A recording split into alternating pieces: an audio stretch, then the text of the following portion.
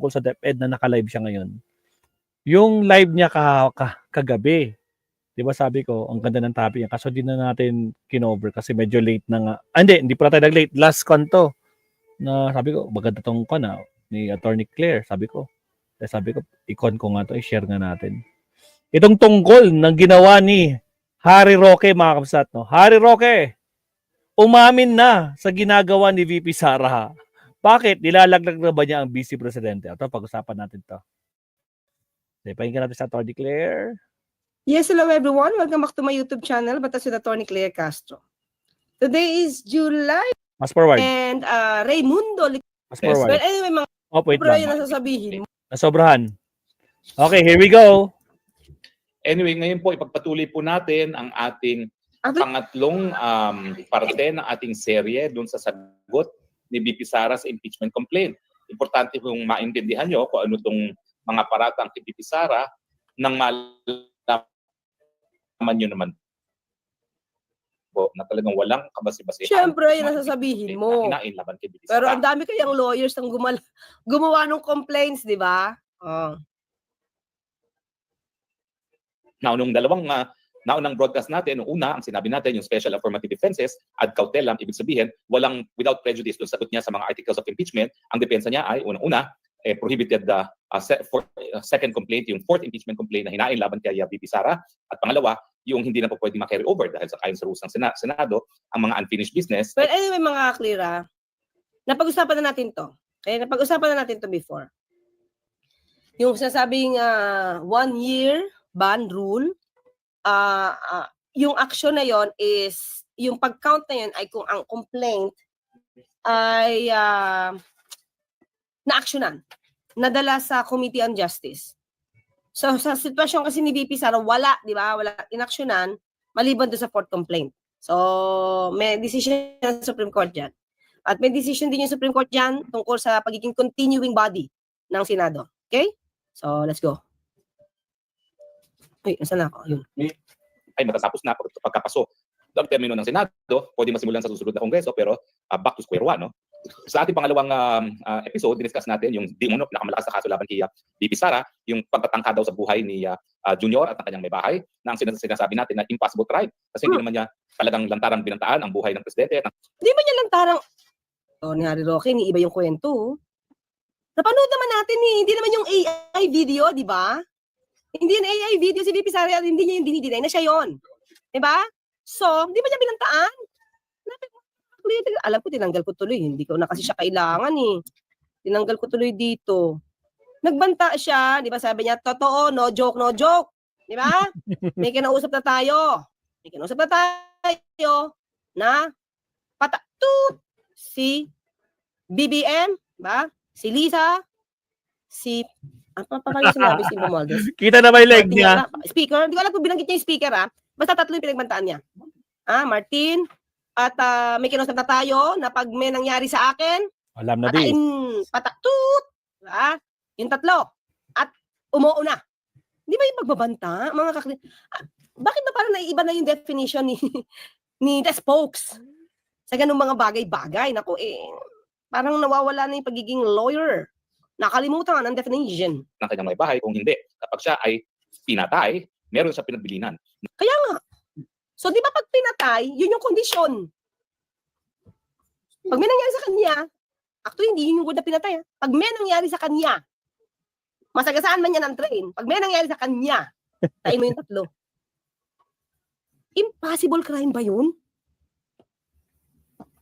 No joke nga sige, tingnan natin yung katwiran niya. Na tirahin din ang presidente at ang kanyang may bahay. Ibig sabihin, kinakailangan mamatay muna si Inday Sara at sinasabi nga natin na ang high crimes para maging basihan para sa impeachment, kinakailangan seryosong krimen. No? Hindi ba seryoso yun? At ang kaso ng grave threats ay hindi po seryosong krimen. Pagkatapos dyan, yung walang kamat. Mga ka-clear, pero tandaan natin, yung grave threats na sinasabi niya, hindi ordinaryong tao yung kanyang tinakot. Hindi ordinaryong tao yung kanyang pinagbantaan. Presidente. Gawin mo kaya yan sa US President? Presidente, ano ba? Hindi ba? Iba yung greatest sa ordinaryong tao, iba yung ganitong klase na may kinausap ng assassin, Pangulo yung papatay. Anong magagawa natin, Attorney Claire? From human rights lawyer, naging pugante na ang utak. Putragis, di ba, Attorney Claire? Ibang usapan yan. Hmm. Sino ba yung lutang talaga dito, mga kaklir? Lutang na lutang talaga. Confidential funds na ang sinabi nga natin ay lahat ng confidential funds ng first, second, and third quarter ng 2023 ay walang question ng COA. Meron lang disallowance Wait, saan natin sa impossible crime sinabi yan, di ba? Para bang hindi mangyayari to kasi, di ba, parang greater. May binanggit pa siya dito. Teka lang mga. ng COA dun sa fourth quarter involving 72 million. Pero ito hindi dahil mali ang paggasta. Kung hindi, Okay. sa first, Try mo na. second, Impossible crime tayo. Ganito kasi impossible crime, mga clear ha, para maintindihan Tony, natin. Yung impossible crime dito sa Pilipinas, ito yung mga crime na alam mong hindi na pwedeng mangyari. Ardian, shout out. Ha? Halimbawa, example to. Example.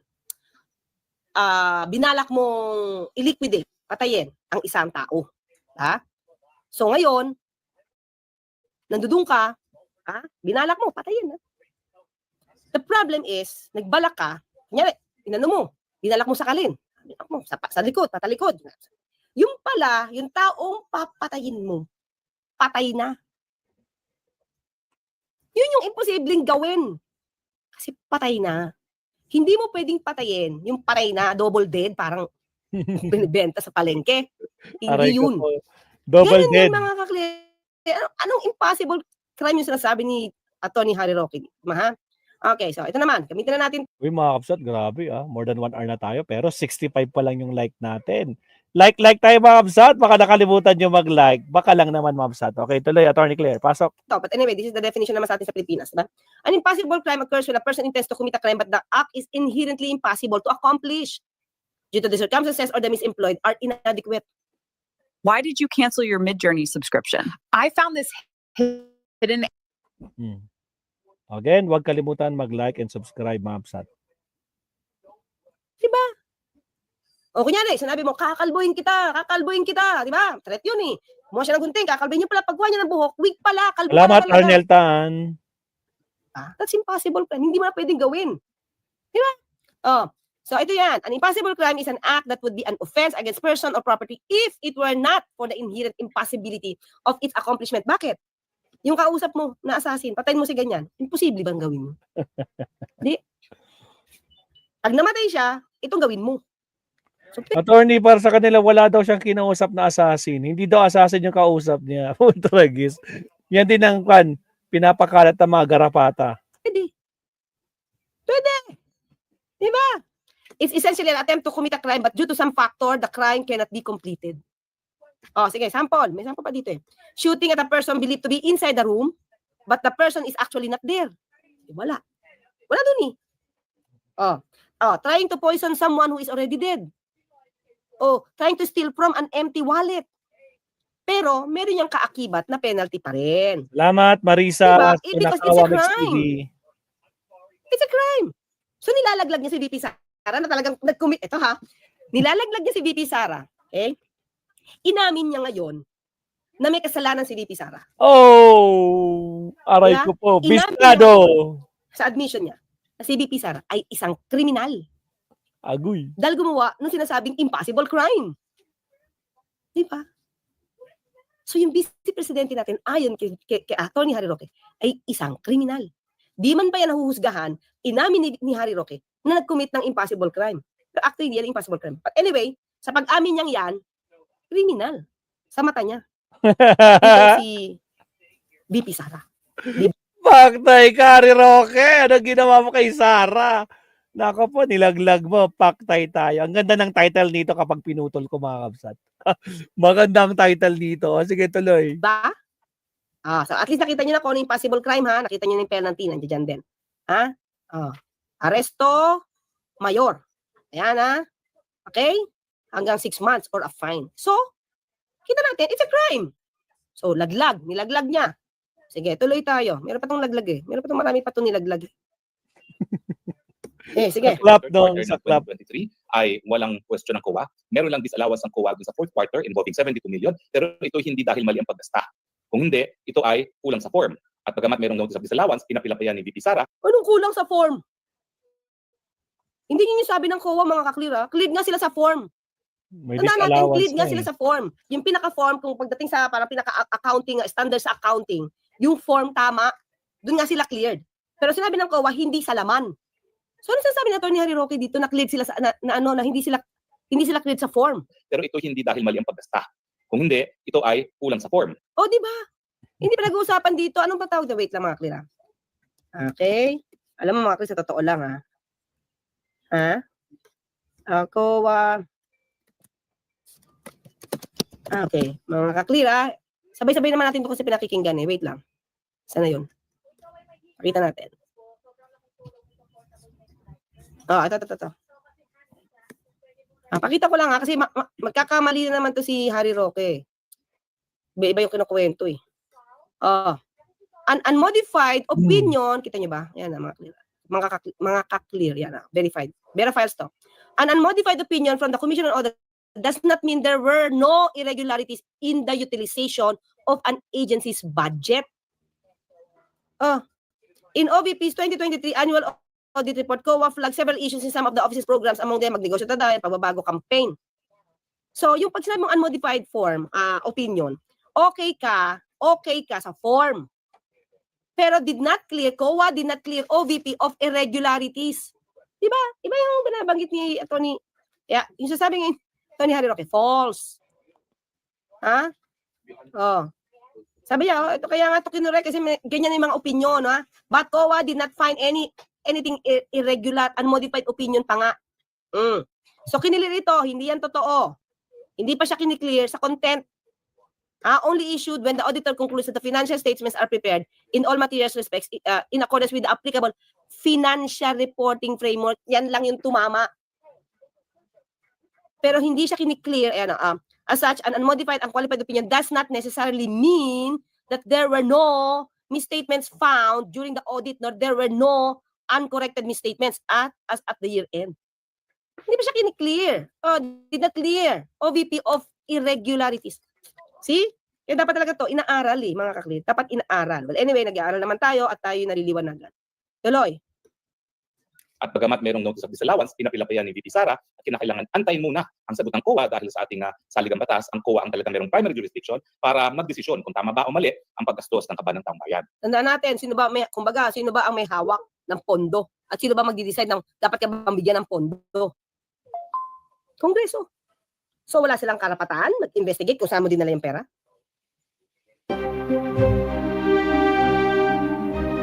Grabe naman yung soundtrack na yun. Lakas Again guys, sa mga bagong pasok, huwag kalimutan mag-like and subscribe. Yun sila. May power sila.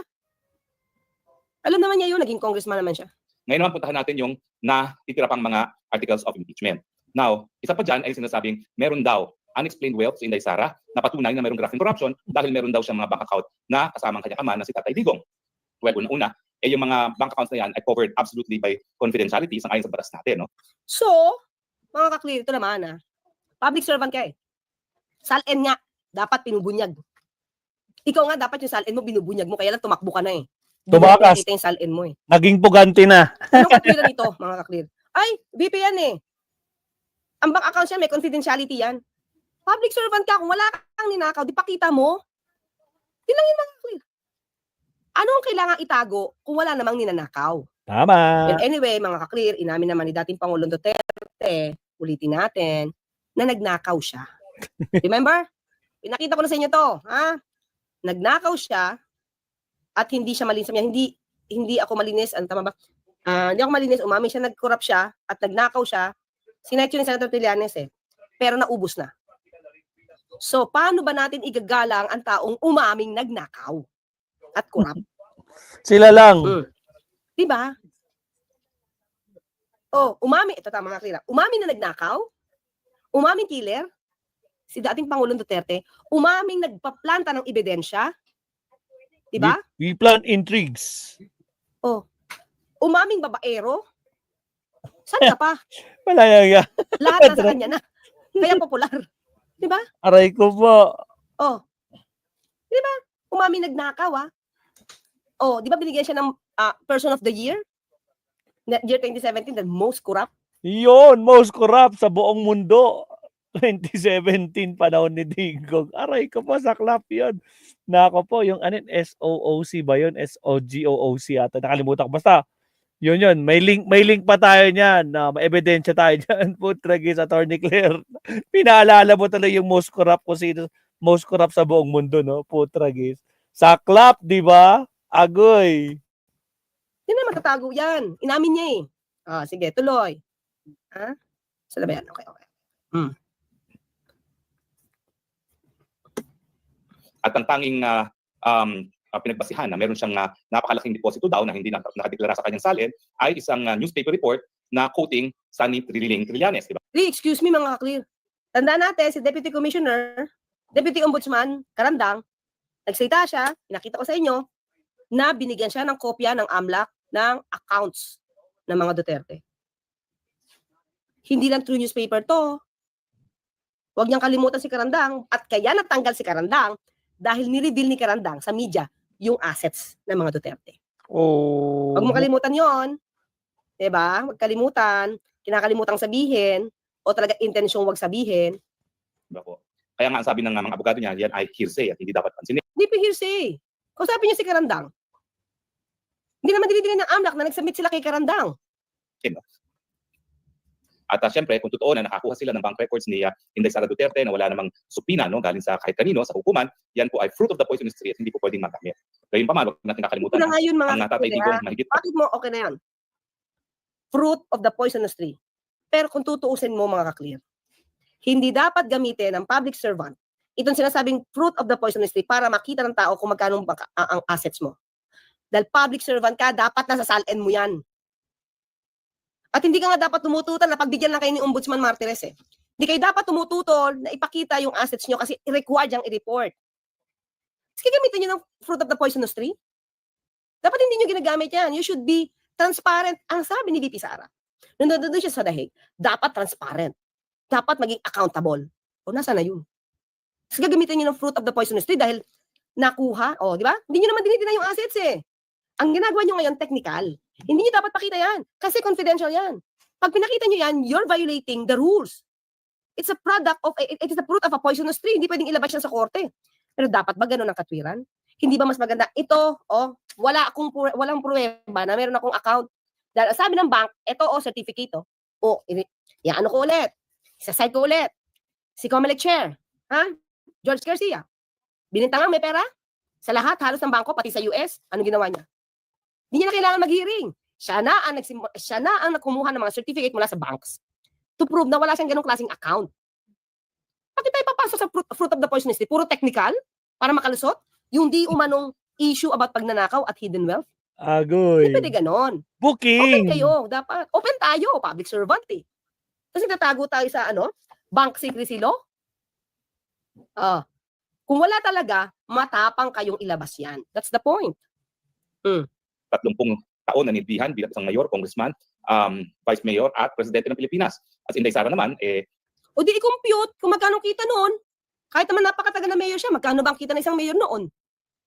Unless, binibigyan mo at ilalaglag mo na being a mayor, maraming kita. Maraming sahod. Sahod. Iba yun. Attorney Yusek, kinukumbinsi ba kami, ni Harilet, o nagpapaawa siya. Oo. Ganun ang aki. Diba? Ginugulo niya yung kwento. bukod sa pagiging abogado, siya ay nag-practice din ng batas bago siya naging vice mayor at mayor at vice president. Wait mga kakli, tandaan natin, anong pruweba ni VP Sara na nag-practice siya ng law? Yes, may law office, pero mga kaklir, hindi rehistrado. So pag hindi ka rehistrado, di ba? Paano mo mapapakita yung kinita mo? Di ka nagbabayad ng tax. Mga kaklir, ito, di ba? Meron tayo nilabas dito, ayon sa report, Rappler yata yun, kung di ako nagkakamali. Basta isa sang report, ang style nila Man Scarpio, law office sila. Siyempre, nandun doon, Carpio and Duterte. Duterte, siyempre. Davao City, kliyente nila, yung ibang kumpanya na inaaway ni dating Pangulong Duterte. Ikaw, di ba ganyan siya eh? Ikaw, di ka nagbabayad. Ikaw, oligarki ka. Ikaw, bayaran mo ganyan. Yung iba doon, cigarette something yata yun eh. Kinuha yung Man Scarpio.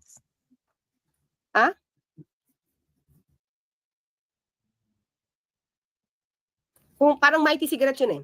So, may issue. O naayos. Nabayaran sila. Malamang. Siyempre, may acceptance fee yan. Ang tanong, nireport nyo ba sa BIR? Magkano? Millions? Hello, Tony, watching from Dumanhub, Cebu. Dito ako sa bahay ng mama at papa ko ng former DDS. Dahil sa mga ganap na silang anti-Duterte ngayon. Oy, thank you po, Alfred Binsworld, lol. Hindi, ito naman sa ating mga, hindi naman tayo para siraan sila or what. Pero dapat liwanagin naman natin. Kasi mga gitong klaseng kwento, pinabago natutwist. Doon tayo sa totoo, doon tayo sa batas. Diba? Itanong natin, sige, Atty. Roque, ino-flaunt mo yung law office ni VP Sara. Magkano income nila? From there. May 9 million daw utang si Congressman Luistro. Out of what? Nasaan na yung At least resibo man lang. BIR tayo, pakita. So, ang nangyayari niyan, pwede silang magkamal ng pera, pero hindi naka-report. Bakit? Hindi naka-rehistro eh. Imagine mo Davao City, kung hindi yan naka-rehistro, ibig sabihin wala rin yung business permit. Pero nag-i-exist sila. O di, ang saya-saya. Walang binabayaran anumang obligasyon. Pero ngayon, ipapangalandakan na kumikita sila sa law office. Mang klase, di ba? Pakita lang yan. Pakita lang yan. Basta nakalagay dyan, as of 2018 yata yon, kung di ako nagkakamali, report din ng Rappler, walang rehistro. Sa kanang PCIJ. At syempre, ang kanyang asawa ay isang abogado rin, no, na mahigit 10 taon ng practice. So, anong ginagawa ni Manscarpio sa costumes? Ano nilalakad niya doon? Naman nakikita siya doon? Alam niyo naman talaga, pag abogado naman talaga, at ikaw naman ay hindi talaga bobo, ikaw naman ay makakakita talaga ng matino. Kaya hindi ako nagtataka dyan na may konting naipon ng mga abogado. Kaya nga, pakita nyo kung di ba? Pakita nyo na lang yung ano magkano binayaran ng BIR. Lalo na kung parehong magkasama Income tax pala. ay abogado. So, ang tingin ko, yung sinasabi nila na ill-gotten wealth at saka yung Tingin mo lang pala eh. Ito na, mga kaklira. Ito, ulitin natin ha.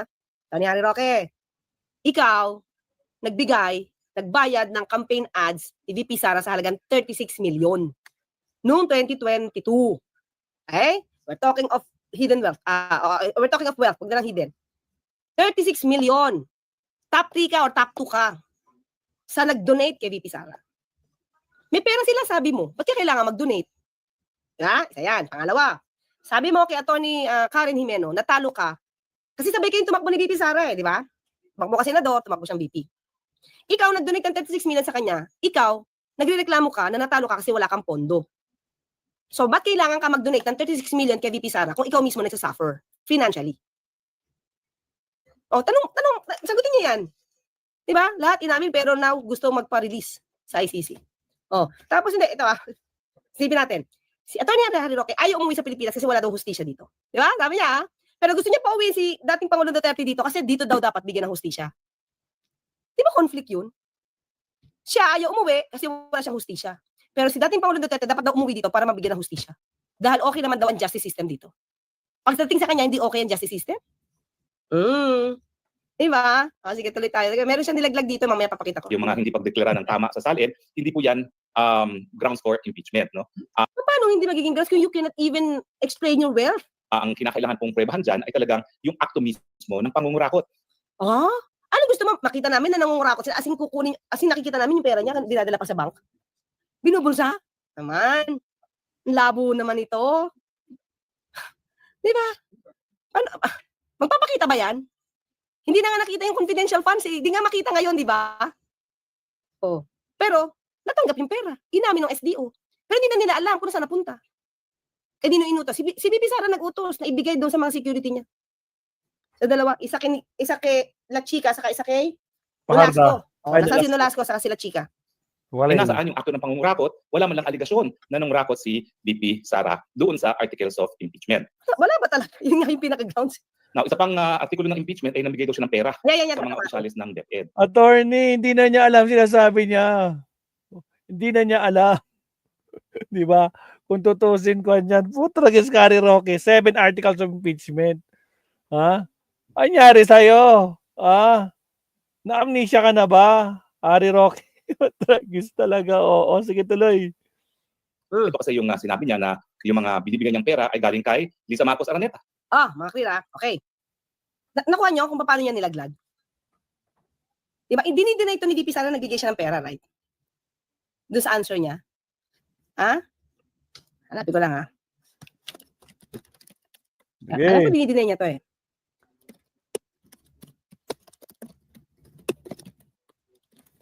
Sa mga bagong pasok, huwag kalimutan mag-like and subscribe, mga kabsat. Wait ah.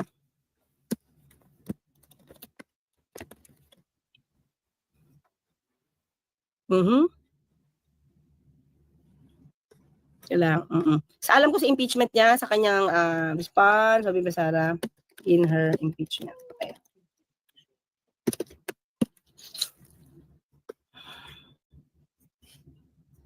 Well, anyway, parang dininay niya to. Well, anyway, dapat i-deny niya to, di ba? Ito. Nakuha ko nandito mga klira. Kasi alam ko, mayroon akong tinake up sa inyo na inisa-isa ito eh. Rappler din yata yun eh. Wala dito. Well, anyway, ayan na. Basta tignan natin ha.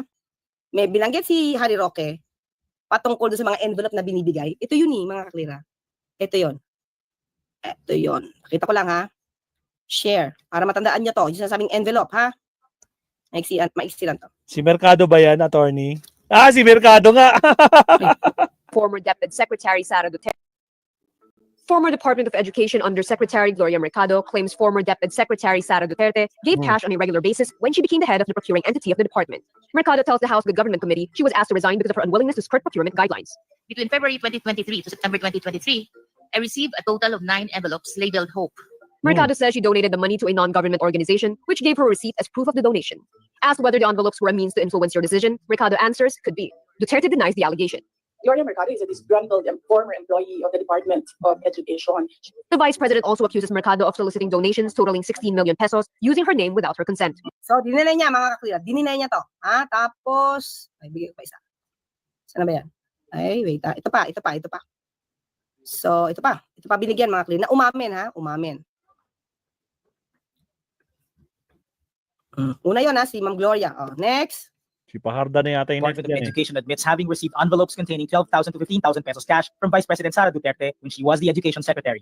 DepEd Director and Bids and Awards Committee Chairman Resty Ocias told legislators he received these envelopes 4 times from Mga kaklira, Bids and Awards Committee.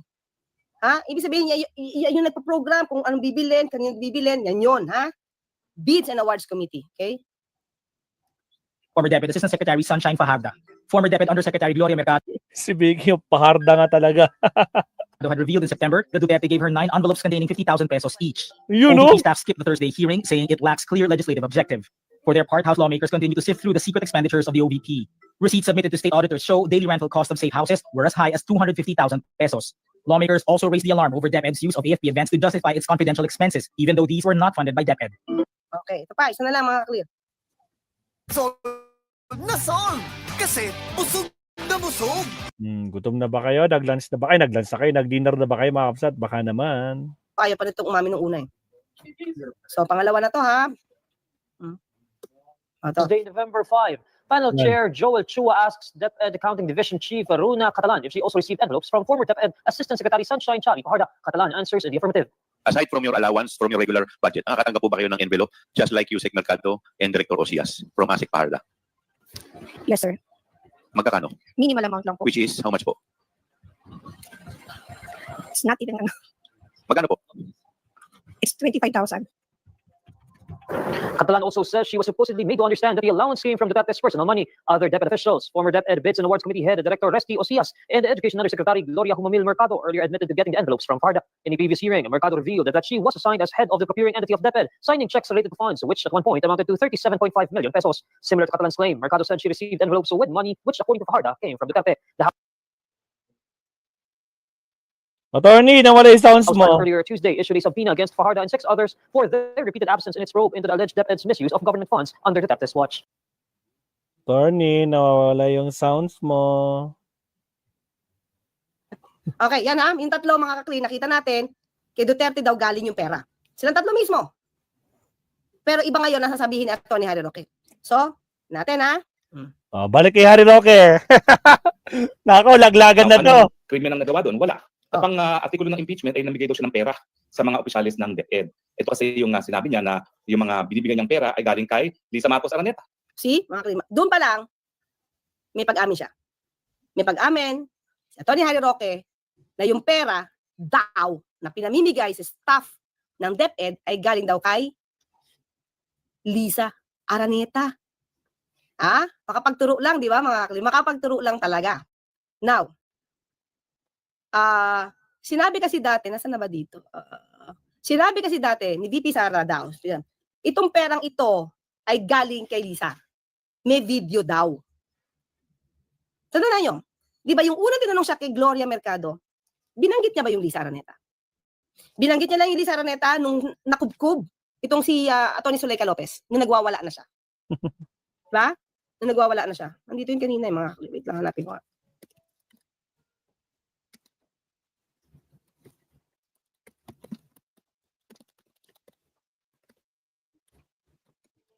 Again, guys, sa mga bagong pasok dyan, baka naman. Hanapin ko. Ito. Huwag kalimutan. mag-like. Pakita ko ha mga klip. Ito yung sasabi niya eh.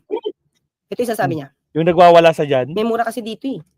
Nakapanindig balahibo eh. nag-meltdown Sana, screen kayo dyan. Yun, a month. Anong nakalagay doon sa envelope? Ayan o. Ayan. Ginigit-git nyo yung mga tao ko Hmm. dyan sa envelope na yan. Lisa Marcos, naalala mo? Nagpadala ka sa akin ng video? Sinabihan mo ako saan kukunin ang pera. Ano? Ulit. Sinabihan mo ako kung saan mo kukunin ang pera. Okay? So, Pinakita mo ang muka ng tao doon sa video message mo. nasaan yung video message? Baka mag-AI na naman to, mga ka-clear. Baka mag-AI na naman to. Okay? Unang-una. Nung unang tinanong siya, diba? Ang sabi niya, disgranted lang yang si Gloria. Diba? Disgranted lang yan. Did she ever mention that the money came from FL, Lisa? Wala. So this is just an afterthought para maibigay na naman yung kasalanan sa ibang tao at siya malinis. Okay? Sige, tuloy lang natin ha. Tuloy lang natin. Okay. Oh, yun. Di ba ganyan mahilig sa ganyan? Di ba natatag yung sinabi niya na? Yung sinabi niya, help us. Teka, lalakyan ko. Di ba doon sa isa yung naka-orange siya? Siya, help us. They are bullying us. Ganon, di ba? So, ganun din siya dito. Ha? Ganun din siya dito. Oh. Ugali niya na Tignan talaga. natin. Sinabihan mo ako saan kukunin ang pera. Pinakita mo ang muka ng tao Hmm. doon sa video message mo. Hi, she's been working with us for the longest time. We trust her. You sent me written instructions. Nasaan na? Diba? Bakit hindi mo yun nasabi nung una pa lang? Sinabi mo lang, siniraan mo si Ma'am Gloria na disgranted yan at nagsusulisit ang pera. Did you ever mention that point? No. This is definitely an afterthought. Diba? Oh. About money. Millions a month. Anong nakalagay doon sa envelope? DepEd. Anong ginawa ko? Binigay ko sa DepEd. Oh, that's the problem, mga klik. Kung totoo to ha, okay. Kung totoo. Kasi ako, pwedeng gawa-gawa eh. Video, nasaan yung video? Diba, meron dating sinabi si dati Pangulong Duterte, video, wala yan. Kung hindi na ipapalabas, wala yan. Hindi yan totoo. Nasa yung video? Diba? Ito nagsabi, nasa yung video? Pangalawa, mga kakliyo. Nakalagay daw doon DepEd. I-assume natin na DepEd yon para sa DepEd. Diba? Halimbawa lang para sa DepEd. So it can be an additional help for the DepEd. Hindi para mangsuhol. Gets nyo, mga kakliyo? So kung may binigay mang additional help for the DepEd, kung maliwanag yung envelope DepEd, hindi para kay Gloria, hindi para doon pa sa dalawa. Na para doon sa Bids and Awards Committee, doon sa procurement, saka doon sa isa pa, accountant. Hindi doon. So dito mga clear, very clear, nilaglag din si Atty. Harry Roque. Bakit? Inamin ni Atty. Harry Roque na nagpapamigay ng pera si VP Sara. Hindi nila dininay. Diba? Hindi nila dininay. So, kung di nyo dininay, ibig sabihin, nanunuhol talaga siya. Kung galing kay FL yan, wala siyang sinabi na panuhol kung ano man binigay na pera. Kung totoo. Where's the video? At maliwanag, sabi niya, DepEd, hindi panuhol. So dito, nilaglag na Atty. Harry Roque, inamin nila na nagbibigay ng pera si VP Sara sa staff. Umahangin Sa staff. At yung tatlo, inamin nila na yun ay galing sa pocket money, sa own pocket ni VP Sara. Diba? Sige. Pangalawa. Kung totoo na ito'y tulong sa DepEd, ha? Para sa mga tao, halimbawa. Bakit papadaanin kay VP Sara? Logic to, mga bakit papadaanin sa mga kay VP Sara kung tulong ito sa staff, kung totoong tulong ito sa staff? Bakit pa sa'yo ipapaabot para pagandahin ang pangalan mo when in fact hindi pala galing sa'yo?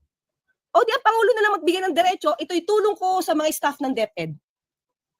Tulong ng gobyerno sa staff ng DepEd para pagbutihan nyo pa yung trabaho nyo. Hindi ba? Bakit pa pagagandahin yung pangalan mo when in fact pwedeng pagandahin yung mismong trabaho ng Pangulo dahil tumutulong siya? Diba, mga ka-clear? Ang labo ng, diba? Bakit ito papadaanin sa'yo? Eh si Pangulo nga diretso nang bibigay ng tulong sa farmers yung mga machinery ngayon Pati yung, di ba? Kasama niya lang si Secretary Kiko. Pero ang pangunguna ng pagtulong sa mga tao, ang Pangulo. Di ba? Kasama lang yung secretary mo, si Secretary Kiko. Now, kung yan yung sinasabi ni VP Sara, galing mismo sa KFL yan. Di ba? Sabi niya galing KFL. Bakit pa sa'yo paparanin? Eh, hindi naman pala ikaw yung tumulong. O, di galing na sa OP. Hindi na sa'yo. Kaya mo lang sinasabi yan para pagbintangan at hindi masabi na yung pera na pinangsuhol mo sa mga tao mo galing sa'yo. Nagpo-pointing finger ka na naman, like your father. Gumagaling gumawa ng intriga, magaling gumawa ng ebidensya. Oh. 'Di ba? Hanggang ngayon, nasan yung video na yan? Sige, tuloy tayo. Nilaglag mo na ito ni Harry Roque, ha? Umamin ka na nanunuhol si VP Sara. Now, anong krimen ang nagawa doon? Wala. Kasi in the first place, hindi naman siya ang humingi ng kapirahang yan kung kahit sino. Oh, sino humingi? Bakit sabi ng tao, VP Sara galing yung pera? Iba? Tapos yung mga binibigyan mo pa, yung tungkol sa mga procurement, bids and awards committee, yung mga tipong mga taong nagdi-decide patungkol sa paggastos. Procurement, bids and awards committee, accountant, bakit sila lang? Why? Diba? Hindi naman nakikialam ang Pangulo at saka si FF sa mga binili nyo. Eh, di ba ang dami na na-flag sa inyo? Na-flag mga pagbili ng furniture? Na-flag yan Na-flag ang DepEd saka OVP. Nanguna sa pagbili, tapos hihingi sila ng reimbursement. Finilag sila ng COA dyan. Oh. Yan ay binigay ng Liz Araneta. Anong proof mo? That's the problem Alam mo, dating magaling na lawyer to dating XXX human rights lawyer. Yun na nga, human rights lawyer. Ngayon, pugante na. Putragis. At dahil ayaw nang tanggapin ni VP Sara yan, hindi niya alam ang gagawin sa pera niya, pinamigay niya sa mga taga-DepEd, no? Hindi ba? Kung tulong to sa DepEd, mga, diba, nilaglag. Talaga, very clear nilaglag niya. Ibig sabihin, walang utak si VP Sara. Binigyan ka ng pondo para pagandahin mo DepEd. Halimbawa lang ito mga klik, kasi hindi naman ako naniniwalang gano'n ng storya I-assume na lang natin na nabigay ang Office of the President para sa DepEd. Yan, galing sa bibig niya, ni Harry Roque ito. Binigay sa DepEd, tapos hindi alam ni VP Sara gagawin sa milyones. Saan ang utak niya? Di ba? Nilalaglag mo naman para naman sinasabi si VP Sara walang intellectually challenged. Siya nagsabi mga kakilala, hindi alam ang gagawin sa milyones. Agoy, taka ba? Ang galing ni Attorney Claire Mabsat. Again, huwag kalimutan mag-like and subscribe Mabsat. Galing Sir Tony, galing. Eh si VP Lenny nga, nakakapakuha ng donasyon, alam niya kung saan paano niyang gagamitin. Hindi pa yung galing, ito nga binigay na lang Di na nga mag-iisip kung paano makaka-generate ang pera. Eh si VP Lenny at the time, kailangan pang makakuha ng donasyon para lumaki yung pondo niya para makatulong. Ito binigyan na according to him although hindi ako naniniwalang galing kay FL yan. Halimbawa na lang. Binigyan daw ang DepEd. So this is supposed to be for the DepEd. Improvement ng DepEd. Ang problema, hindi mo kayang i-improve yung DepEd kaya nagkawindang-windang yung DepEd sa panahon ni VP Sara. Diba? Hindi niya alam gamitin ng millions. My goodness, mga kaklir. Laglag to Hindi sa atin ang galing to. Ulitin ko nga. Sabihin galing sa akin sige. Hindi naman siya ang humingi ng kapirahang yan. Kung hindi siya humingi, di ba maganda nga? Gamitin mo sa DepEd. Ayusin mo DepEd. Kung totoo di ba? Ayusin mo DepEd. Di ba maganda yung intention? Kung totoo to Yan ay binigay ng Liz Araneta at dahil ayaw nang tanggapin ni VP Sara yan. Ayaw mo na palang tanggapin. Ba't mo tinanggap? Hindi niya alam ang gagawin sa pera niya. Hindi alam yung gagawin sa pera. Pinamigay niya sa mga taga-DepEd, no? Mga clear, admitted, laglag, pinamigay ang pera.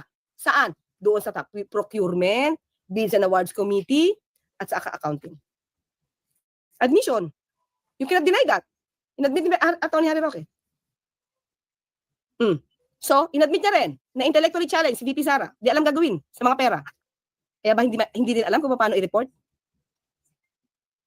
So, itong pinamigay niya. Ito, mga clear ha? Okay, kung nagtrabaho siya, pinamigay niya daw. Naka-report ba itong mga perang itong pinamigay niya? Magkano ang nakuha niya? Ito ha? Total, tinuturo mo naman si FL. Magkano nakuha niyo kay FL? Kung totoo. Sa isa natin, sabi nga ito, pag na-cross-examine ito, mahirapan. Sige, magkano ang nakuha kay FL? Nasaan yung ano niyan? Papel. Para pirmahan. Proof. Pangatlo. O, sige. Hindi mo inaksaya, di ba?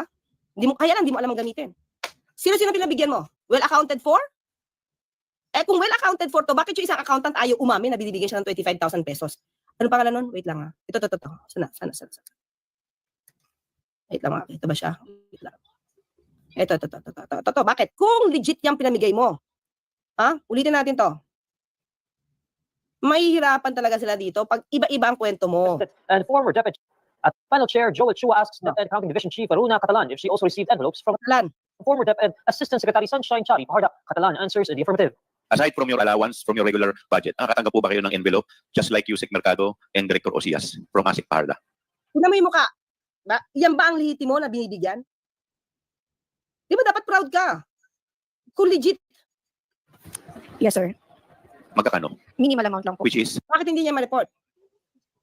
Di ba? Kung malinis to at tinanggap ni VP Sara, kung totoo may tinanggap siya at hindi galing sa pera niya, di ba dapat naka-account ito? Dapat itong si Catalan, proud.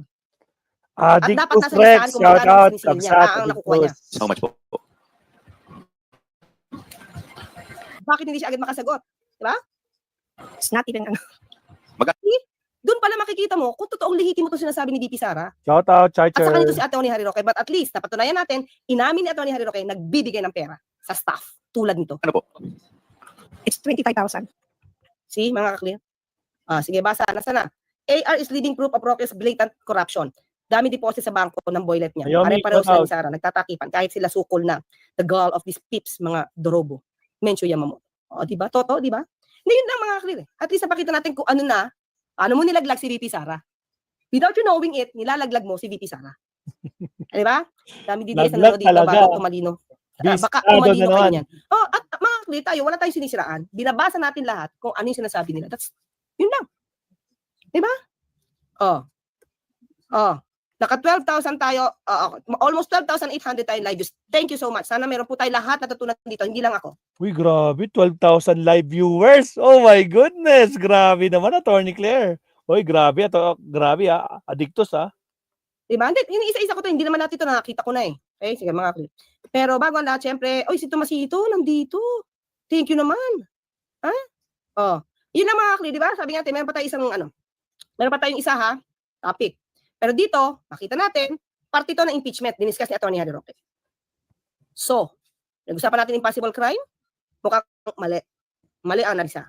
Hindi ko sabing tama ako. But for me, sa pag-analisa ko, yung sinabi ni Atty. Harry Roque. But I respect his own opinion.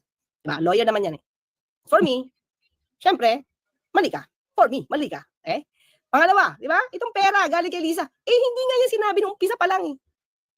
Nung nag-meltdown na lang siya, nung galit na galit siya, dahil kay Atty. Zuleika Lopez, doon siya gumawa ng kwento. Di admitted mo na minigay ka talaga ng pera, nung una dininay mo pa eh. Admitted. Inadmitted na Atty. Harry Roque. Tapos binigay sa DepEd. Di mo alam gamitin, pinamigay mo na lang. Di ibig sabihin mga kaklit, walang utos si FL kung kanino mo ito ibibigay. Binigay lang sa yan. For the improvement of DepEd, kung totoo yung pamimigay ng pera mo. Pero since hindi mo alam saan gamitin, ikaw ang nag-decide kung kanino mo ibibigay. Fault? Sino may fault? Ikaw. Wala kang alam eh, paano gamitin yung malaking pera. Tapos you're asking pa the government to give you 100 million ba? 100 billion, 100 million? Solve ang problema ng DepEd? 100 billion daw. Ito nga, hindi mo alam kung paano mong gagastusin, millions pa lang. Nagkawindang-windang na. 100 billion pa kaya. Mayor for how long? May conflict funds for the start. Hindi alam paano gamitin ang donations. Really? See, di ba? That's the point. And anyway, yun lang mga kaklear ha. Thank you sa mga tumambay sa atin, okay? Nandito si Tomasito. Thank you po, Tomasito. Nandito rin si Mencho Yamamoto. How come Roque easily say Salamat, Attorney Claire. Attorney Claire, isa pa. Ang ganda ng topic mo eh. Ito, yung last topic ni Attorney Claire, mga kabsat. Ngayon, ito kahapon to. Ngayon naman, punta tayo sa last, konting hirit, mga kabsat. Konting hirit tayo kay Attorney Claire. Grabe, nag-enjoy ako, mga kabsat. Di ba, Dictus Rex? Shout out. Teka lang, saan na si Attorney? Okay. Punta natin yung kay Tariela. Ayan. Katatapos lang, 6 minutes ago. Ayan.